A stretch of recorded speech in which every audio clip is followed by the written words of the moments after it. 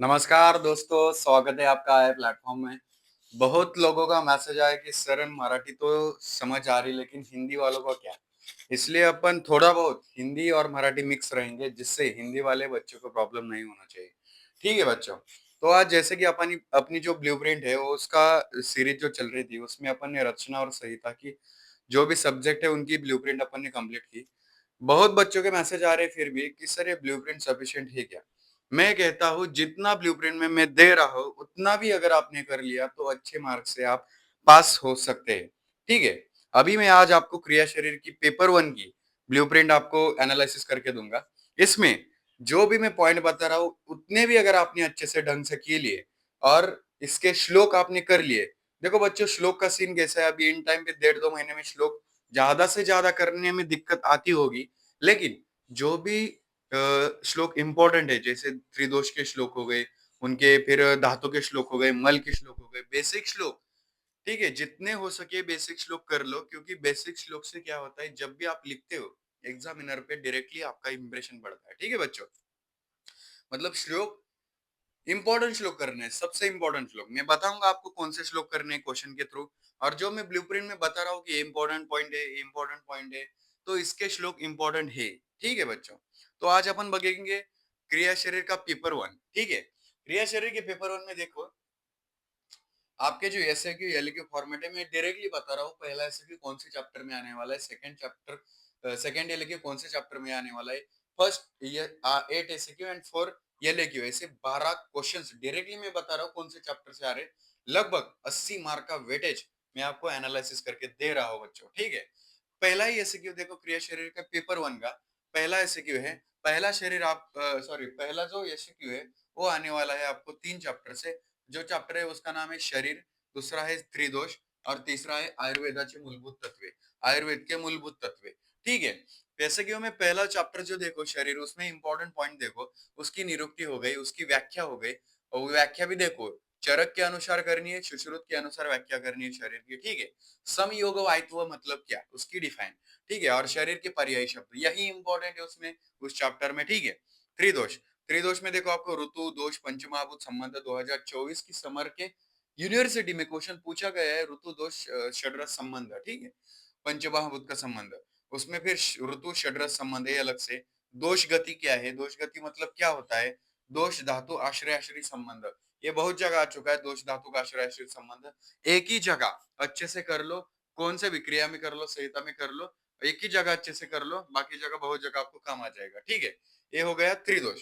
फिर होगा third chapter है आयुर्वेद के मूलभूत तत्व।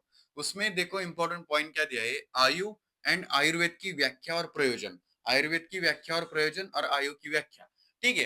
ये भी आपको संहिता में हुआ होगा, आयु और आयुर्वेद की प्रयोजन व्याख्या। कुछ कंटेंट ऐसा है जो कि बहुत इंपॉर्टेंट है लेकिन कॉमन है कुछ सब्जेक्ट में, क्रिया में हो गया, पदार्थ में हो गया, संहिता में हो गया। जैसे इंद्रिय पंचपंचक भी है, पदार्थ में भी इंपॉर्टेंट है, संहिता में भी इंपॉर्टेंट है और क्रिया में भी इंपॉर्टेंट है, ठीक है? इसमें नेक्स्ट देखो स्वस्थ पुरुष की व्याख्या। स्वस्थ पुरुष का वाक्य एक श्लोक लिखने का, वो स्वस्थ वाला, स्वास्थ्य से स्वस्थ रक्षण आतुर से विकार प्रशमनम, वो वाला श्लोक और उसकी व्याख्या मतलब क्या होता है स्वस्थ, जो स्वस्थ है उसको स्वस्थ रखने का और जो बीमार पड़ा है उसको आयुर्वेद के जरिए अपन चिकित्सा करने का, वो स्वस्थ पुरुष की व्याख्या है, ठीक है? सृष्टि उत्पत्ति क्रम एक बार पढ़ लो, जस्ट आया नहीं है लेकिन आ सकता है, ठीक है? ये तुमको सृष्टि उत्पत्ति क्रम आपको पदार्थ में भी दिया है, उस जगह आप अच्छे से करोगे तो इधर प्रॉब्लम नहीं आएगा आपको, ठीक है? पुरुष व्याख्या, पुरुष की व्याख्या रीड करो, उसमें चतुर्विशंति पुरुष है, षड धात्वात्मक पुरुष है, चिकित्साधिष्ठित पुरुष है, राशि पुरुष है। एक बार ये डिफाइन अच्छे से कर लो क्योंकि आ सकते हैं। फिर द्रव्य गुण कर्म इनकी बेसिक डिफाइन, द्रव्य मतलब क्या, गुण मतलब क्या, कर्म मतलब क्या, गुण का क्लासिफिकेशन, गुरुवादि गुण कितने, आध्यात्मिक गुण कितने, ये बेसिक इंट्रोडक्शन है, आपको पदार्थ में पूरा हुआ है। ये देखो ये पदार्थ में हुआ है, ये पदार्थ में हुआ है, पूरा ये भी पदार्थ में हुआ है चिकित्सा आयुर्वेद का, ठीक है? मतलब पदार्थ में बहुत कंटेंट ऐसा है कि जो क्रिया में डायरेक्टली आ रहा है, ठीक है?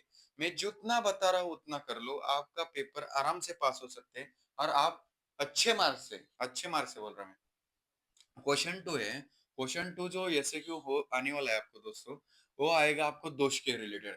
उसमें आएंगे वात पित्त कफ दोष। सेकंड जो एमसीक्यू होगा वो आएगा आपको वात पित्त कफ दोष के बारे में। इसमें आपको कंपलसरी उसकी हर दोष की निरुक्ति, पर्याय शब्द, स्थान, गुण, महत्व, कार्य, प्रकार, प्रकार का स्थान किधर है, प्रकार का कार्य क्या है। जैसे क्लेदक कफ हो गया, उलंबक कफ हो गया। तो उलंबक कफ का स्थान क्या है, उसका कार्य क्या है, फिर उनके हर दोष के वृद्धिक्षय, उनके कारण और लक्षण, ये मस्ट है। मैं ऐसा नहीं बोल रहा कि ऐसे क्यों 5 मार्क के लिए आ रहा, मैं इतना क्यों बता रहा, कौन सा भी बन सकता है ऐसे क्यों, कि पित्त दोष का गुण और स्थान लिखो 5 मार्क के लिए, इसलिए इसमें से कौन सा भी आ सकता है। और आपने अगर एक कर लिया तो आपको मैं बोलता हूँ हर सब्जेक्ट में आपका 20 से 30 मार्क का वेटेज कंप्लीट हो गया। क्रिया में भी इंपॉर्टेंट है, 20 मार्क का वेटेज है इसका, क्योंकि एलएक्यू बेस पे आता है। एलएक्यू एक दोष तो कंफर्म आता है, वात पित्त कफ, कौन सा क्रिया में पेपर 1 में एक एलएक्यू कंफर्म आता है इस पे, और उसमें कंफर्म यही डाटा पूछा जाता है, स्टार्टिंग से लेके एंडिंग तक पूछा जाता है। अगर आप स्टार्टिंग से एंडिंग तक कर दिया, आपका संहिता भी हो रहा है, क्रिया भी हो रहा है, पदार्थ भी हो रहा है, ठीक है। इसलिए मैं बोल रहा है ये जब भी आप दोष करोगे तो इतना कंटेंट आपको मस्ट करना है, ठीक है। ये हो गया आपका सेकंड एसक्यू। अब अपन देखते हैं third and fourth SQ. Next देखो बच्चों, क्वेश्चन नंबर 3 एसक्यू जो आने वाला है आपको किस पे आने वाला है देखो। एक तो ध्यान में रखो कि पेपर 1 जो है और पेपर 2 जो है उसमें, जैसे पेपर 1 हो गया उसमें 60 मार्क तुम्हारे आयुर्वेद पे आने वाले, 40 मार्क मॉडर्न पे, और सेम पेपर 2 में वैसा ही 60 मार्क तुम्हारे आयुर्वेद पे आने वाले, 40 मार्क तुम्हारा सेक्शन बी जो भी है मॉडर्न पे आने वाला है, ठीक है। पेपर 1 में देखो, अभी क्वेश्चन नंबर 3 जो एसक्यू है उसमें पहला तुमको आने वाले आ सकता है दोष वृद्धि क्षय, उनके लक्षण और कारण। दोष वृद्धि मतलब दोष जो भी है, त्रिदोष वात पित्त कफ, उनके वृद्धि क्षय लक्षण, नहीं तो कारण पे कैसे क्यों बन सकता है, नहीं तो सेकंड है क्रियाकाल, उसको ऑप्शन के लिए ऑप्शनल चैप्टर है क्रियाकाला, उसमें षट क्रियाकाल सबसे इंपॉर्टेंट है, यही इस पे क्वेश्चन बन सकता है। इसमें देख इस पे भी क्वेश्चन बन सकता है क्रियाकाला, षट क्रियाकाल वही है ना, स्थान संचय प्रकोप चय प्रकोप प्रसर, स्थान संचय व्यक्ति एंड भेद, ऐसे षट क्रिया के काल, ठीक है। ऐसा क्वेश्चन बन सकता है क्वेश्चन नंबर 3 एसक्यू, और इस पे ही बनता है, ठीक है। क्वेश्चन नंबर 4 जो एसक्यू है उसमें देखो इंपॉर्टेंट चैप्टर है 2, प्रकृति और आहार पे आता है। उसमें प्रकृति में भी इंपॉर्टेंट टॉपिक्स देखो, व्याख्या हो गई प्रकृति की, प्रकृति निर्माण कर भाव हो चुके, प्रकृति के प्रकार, प्रकार में देखो शारीरिक, मानस, जात्यादि, मैंने ऐसे क्यों लिखा है, प्रकार में लिख सकता था लेकिन शारीरिक प्रकार भी ऐसे क्यों बन सकता है, मानस प्रकृति के ऊपर भी एक ऐसे क्यों बन सकता है, और जात्यादि इस पे बन चुका है। जात्यादि एक प्रकार है किसका, प्रकृति का, उसके ऊपर ही ऐसे क्यों बन चुका है, क्योंकि जात्यादि के अलग से उसके फिर प्रकार है, ठीक है। फिर उनके लक्षण करो, शारीरिक प्रकृति, मानस प्रकृति, जातीय प्रकृति के लक्षण, ठीक है, और इनके प्रकार भी, ऐसा इंपॉर्टेंट है प्रकृति चैप्टर। इसमें मैं ब्लूप्रिंट में एसक्यू और एलक्यू जो बता रहा हूँ किन चैप्टर से कौन सा एसक्यू आने वाला है, उसमें भी इंपॉर्टेंट पॉइंट बता रहा हूँ कि कौन से चैप्टर में कौन सा पॉइंट करना है, वही करो, वही आएगा, ठीक है। आहार देखो, आहार में देखो व्याख्या, आहार की व्याख्या क्या है, आहार का वर्गीकरण संक्षिप्त में करो, उसके बाद आहार परिणाम कारक भाव बन चुका है एसक्यू, और बन भी सकता है और आगे। फिर है अष्टो आहार विधि विशेषताएं, सबसे इंपॉर्टेंट है ये भी, और ये भी आहार परिणाम कारक, इस पे क्वेश्चन बनता है, बन चुका है। आहार ये हो गया तुम्हारा क्वेश्चन नंबर 4 एसक्यू। जो क्वेश्चन नंबर 5 है एसक्यू तुम्हारा, वो 3 चैप्टर पे बनता है। उस पे अग्नि, अग्नि की व्याख्या करना है तुम्हें, उसमें अग्नि के प्रकार करने हैं। अग्नि कितने होते हैं, 13 होते हैं, जठर अग्नि, सप्ताग्नि और तुम्हारा पंचभौतिक अग्नि। इसमें देखो फिर मानस प्रकृति, दूसरा चैप्टर है मानस प्रकृति में, देखो उसके प्रकार करने हैं तुमको। प्रकार कौन से, सत्व रज तम। क्वेश्चन कैसे पूछा जाता है, सात्विक प्रकृति के बारे में लिखिए, रज तामिक प्रकृति, तामसिक प्रकृति लिखिए, मन की प्रकृति है उसके बारे में लिखिए, लेकिन क्या लिखना पड़ता है, सत्व के प्रकार है, लक्षण है, रज के भी प्रकार है, लक्षण है, तम मानस प्रकृति के भी प्रकार है, लक्षण है, अलग से सबके प्रकार और लक्षण आपको करने हैं, ठीक है। ये मानस प्रकृति हो गया, अग्नि हो गया, और थर्ड जो ऑप्शनल चैप्टर है इसको आहार पाक। इस चैप्टर में आपको करना है सबसे इंपॉर्टेंट अवस्थापक एंड विपाक, इनका इनके बीच का डिफरेंस, इनका इंपॉर्टेंस, उसके लक्षण और उनके कार्य, अवस्थापक एंड विपाक। और दो सेकंड है सार किट्ट विभाजन, सार किट्टे विभाजन कैसे होता है उसकी प्रोसेस आपको इस चैप्टर में करनी। ये हो गए उस आहार पाक के चैप्टर के इंपॉर्टेंट पॉइंट्स। नेक्स्ट देखो जो भी क्वेश्चन नंबर 6 जो ऐसे कि आने वाला है आपको, वो मॉडर्न का आने वाला है। मॉडर्न में देखो 2 चैप्टर दिए इसमें, फिजियोलॉजी ऑफ रेस्पिरेटरी सिस्टम और फिजियोलॉजी ऑफ होम्योस्टेसिस।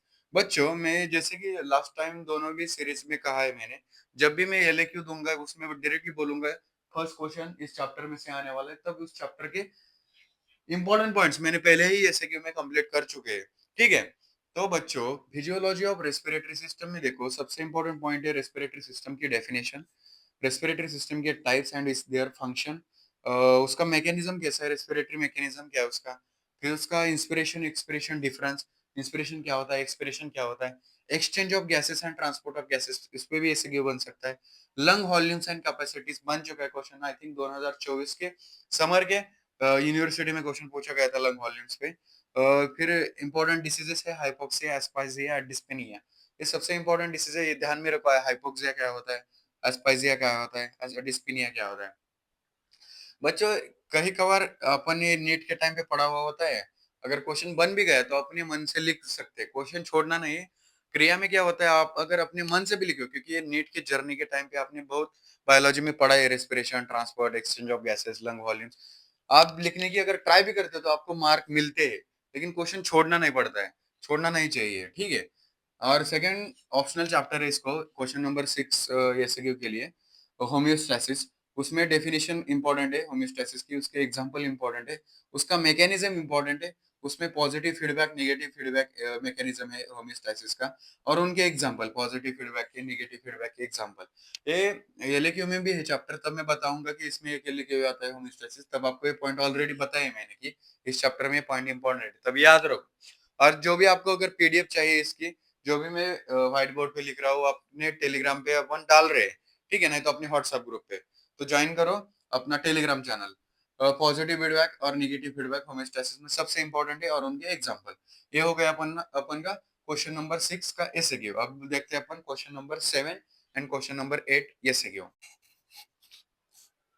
नेक्स्ट देखो बच्चों, जो भी एसक्यू नंबर तुम्हारा क्वेश्चन नंबर 7 है, वो उसमें एक ही चैप्टर है, गैस्ट्रोइंटेस्टाइनल सिस्टम, उस पे उसमें ही एक ऐसे क्यों बनता है तुम्हारा क्वेश्चन नंबर 7। इसमें सबसे इंपॉर्टेंट क्वेश्चन पॉइंट्स देखो, पहले तो है डिग्लूटेशन, पेरिस्टाल्सिस मूवमेंट, डेफिसेशन, इनका मैकेनिज्म कैसी प्रोसेस होती है, पेरिस्टाल्सिस मूवमेंट कैसी होती है, फिर डिग्लूटेशन कैसे होता है, वो डिग्लूटेशन के टाइप्स भी दिए आपको बुक में, डेफिसेशन का मैकेनिज्म कैसा है, फिजियोलॉजी कैसी है, फिर डाइजेशन स्टमक में कैसे होता है, इंटेस्टाइन में कैसे होता है, बॉडी पार्ट्स में कैसे होता है, तुम्हारे उस पे गॉल ब्लैडर, पैनक्रियाज कैसे एक्ट करते हैं, उस पे क्वेश्चन पूछा जाता है। प्रोटीन, लिपिड, फैट, उनका डाइजेशन कैसे होता है, प्रोसेस।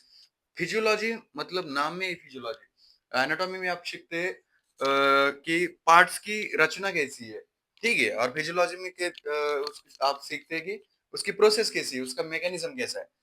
तो यही इंपॉर्टेंट है इधर, मैकेनिज्म और फिजियोलॉजी।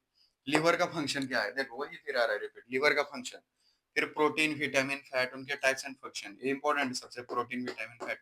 विटामिन पे ज्यादा क्वेश्चन आता है, विटामिन कौन सा विटामिन ले सकते हैं, फैट सोल्यूबल ले सकते हैं, इनसोल्यूबल ले सकते हैं, उसमें विटामिन B12 ले सकते हैं, उस पे से की बन सकता है अलग से, उसके टाइप्स एंड फंक्शन सबसे इंपॉर्टेंट है। फिर गैस्ट्रिक जूस का कंपोजिशन क्या है, गैस्ट्रिक जूस मतलब क्या है, उसमें कौन कौन होता है, ये सबसे इंपॉर्टेंट पॉइंट्स है इसमें। ज्यादातर आप मैकेनिज्म पे फोकस करो, और अगर आपको क्वेश्चन सरप्राइजिंगली आ गया, ये मतलब आप लिख सकते हो आपके मन से, क्योंकि नीट के टाइम पे पूरे के पूरे मैकेनिज्म आपने पढ़े हैं, उनकी रचना पढ़ी है, ठीक है, तो आप मॉडर्न के क्वेश्चन छोड़ना नहीं है, जितना आता है डायग्राम निकालो, मार्क मिलेंगे। उसके बाद देखो क्वेश्चन नंबर जो 8 है आपका एमसीक्यू, उसमें आपको दो चैप्टर है, nervous system and endocrine glands. Endocrine glands पहले बता देता हूँ।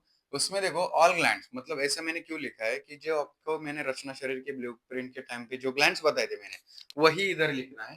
Thyroid gland, adrenal gland, adrenal cortex के रिलेटेड, फिर पैराथायराइड ग्लैंड, जो भी मैंने ग्लैंड्स बताई थी वो एक बार रीड करनी है, क्योंकि वो एनाटॉमी में भी इंपॉर्टेंट है, इधर भी इंपॉर्टेंट है, इधर आपको ये एलएक्यू के लिए भी है, ठीक है।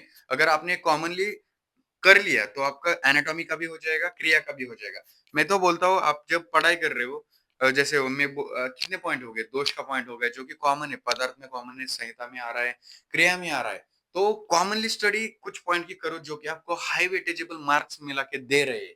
जैसे दोष का हो गया, इसका हो गया, इंडोक्राइन ग्लैंड, नर्वस सिस्टम भी है इधर, जीआई सिस्टम भी है, आपको एनाटॉमी में कंपेयर करके पढ़ो। रचना फिजियोलॉजी, उसका स्ट्रक्चर फिजियोलॉजी, मैकेनिज्म। फिर देखो नर्वस सिस्टम, क्वेश्चन नंबर 8 के लिए इंपॉर्टेंट है। इसमें देखो आपको फंक्शन करना है तीन चार ऑर्गन के, cerebrum, cerebellum, hypothalamus, motor area of cerebral cortex, mid brain, medulla oblongata, इनके फंक्शन आपको मस्ट करने हैं। हाइपोथैलेमस पे क्वेश्चन आ चुका है, सेरेबेलम पे भी क्वेश्चन आ चुका है। आप अगर एनाटॉमी में कर रहे हो तो इधर भी करने की कोई दिक्कत नहीं ना, एक ही कॉमन है, कॉमन है, ठीक है। मेमोरी, मेमोरी देखो, मेमोरी की डिफाइन करो, उसके टाइप्स करो और उसकी फिजियोलॉजी। फिजियोलॉजी देखो किन किन की करनी है। फिजियोलॉजी ऑफ हियरिंग, आप सुनते कैसा, इमेज फॉर्मेशन की फिजियोलॉजी। फिर स्पीच की, आप बोलते कैसे है, उसकी फिजियोलॉजी। फिर थर्मो रेगुलेशन, इस पे भी ऐसे की बन चुका है। फिर स्लीप, स्लीप की डिफाइन और उसके stages. Gustation and olfaction, nerves. फिर क्रैनियल नर्व्स भी आ सकते हैं इसमें, जैसे कि बन सकते हैं। जितने भी पॉइंट बता रहा हूँ वो मस्ट है, मस्ट आपको ये करने ही है। फंक्शन हो गया, फिजियोलॉजी हो गया, ठीक है बच्चों। ये हो गया आपके 8 के 8 एसक्यू। आज अपन देखेंगे नेक्स्ट एलएक्यू, जो 4 एलएक्यू है, कौन से चैप्टर से आएंगे और उन चैप्टर में से कौन से इंपॉर्टेंट पॉइंट्स है, मैंने पहले ही एसक्यू में बता दिए है। पीडीएफ चाहिए तो आप टेलीग्राम चैनल ज्वाइन कीजिए, ठीक है। अभी देखते हैं अपन 4 एलएक्यू। एलएक्यू देखो दोस्तों, एलएक्यू जो आने वाले हैं आपको पेपर वन में 4, वो पेपर वन में फर्स्ट एलएक्यू कौन से चैप्टर से आने वाला है, सेकंड, थर्ड एंड फोर्थ, ये देखो। पहला तो जो एलएक्यू है वो आने वाला है आपको दोष, मतलब वात पित्त कफ। मैंने बताया एसक्यू में, एक सेकंड जो एलएक्यू आ रहा था, सॉरी एसक्यू, उसमें मैंने बताया कि वात पित्त कफ दोष में कोई क्या क्या करना है, उसके स्थान, उसकी व्याख्या, प्रकार, कर्म, गुण, व्याख्या, प्रकार, फिर उसके वृद्धिक्षय, लक्षण, कारण। उतना अगर आपने किया, उधर एसक्यू भी कंफर्म हो गया, इधर एलएक्यू भी कंफर्म हो गया, संहिता में भी कंफर्म हो गया, क्रिया में, पदार्थ में भी कंफर्म हो गया। इधर इसलिए बोलता मैं, जब भी आप कौन सा भी दोष कर रहे हो, उसका 10 पार्ट में डिवाइड किए, उसके स्थान, कर्म, गुण, प्रकार, वृद्धिक्षय, लक्षण, जो भी मैंने बताया आपको, ठीक है। कौन सा भी एक दोष आ सकता है वात, और कंपलसरी आता, मतलब आता ही है, ठीक है। सेकेंड है प्रकृति, आहार, अग्नि, आहार पाक के ऊपर एक चैप्टर बन सकता है। देखो अग्नि के ऊपर तो नहीं बन सकता, क्योंकि अग्नि अपन ने देखा है कि पॉइंट इंपॉर्टेंट था। प्रकार, उसके आहार पाक के ऊपर भी नहीं बन सकता। ज्यादातर बन सकता है ये आहार और प्रकृति। प्रकृति में भी दोषज प्रकृति के ऊपर, वातज प्रकृति, पित्तज प्रकृति, कफज प्रकृति, उनके लक्षण, ठीक है, उनके लक्षण। इस पे भी क्वेश्चन बन सकता है प्रकृति के ऊपर और आहार के ऊपर। थर्ड है होमियोस्टेसिस। होमियोस्टेसिस बार बार रिपीट हो चुका है, इसलिए एकदम आसानी उसका। होमियोस्टेसिस क्या होता है, positive feedback mechanism, negative feedback mechanism, सबसे इंपॉर्टेंट है। फिजियोलॉजी ऑफ रेस्पिरेटरी सिस्टम, ये भी इंपॉर्टेंट है, इस पे भी क्वेश्चन बन चुका है एलएक्यू में, ठीक है, ऑप्शनल है। और जीआई सिस्टम, इसका भी बन सकता है। ये 3 चैप्टर है, इस 3 चैप्टर के ऊपर ही आपको तीसरा एलएक्यू आएगा, और इनके इंपॉर्टेंट पॉइंट मैंने एसएक्यू में बताए हैं आपको। चौथा का ये आपका एलएक्यू, ये फिजियोलॉजी ऑफ नर्वस सिस्टम और इंडोक्राइन ग्लैंड्स। इंडोक्राइन ग्लैंड के ऊपर भी बन चुका है, उसमें एड्रेनल ग्लैंड के ऊपर आया था ये एलएक्यू एक बार। और दूसरा है फिजियोलॉजी ऑफ नर्वस सिस्टम, मैंने जो बताया उतना ही करो, ठीक है, उनका मैकेनिज्म वगैरह, फंक्शन। ये हो गया दोस्तों अपना पेपर वन का पूरा ब्लूप्रिंट का एनालिसिस। जितना मैं बता रहा हूँ उतना मस्ट है, उतना आपको करना ही पड़ेगा। अगर आप कुछ नया करने की कोशिश कर रहे हैं तो पहले ये कीजिए, क्योंकि ये मस्ट है आपके ब्लूप्रिंट के एनालिसिस में, ठीक है। अगले लेक्चर में अपन देखेंगे, उसमें अपन पेपर टू का पूरा ब्लूप्रिंट का एनालिसिस करेंगे, जिसका क्रिया शरीर का, उसमें पूरा मॉडर्न और आयुर्वेद का पार्ट का एनालिसिस करेंगे अपन, ठीक है बच्चों। मिलते हैं नेक्स्ट लेक्चर में अपन। Stay high at your learning.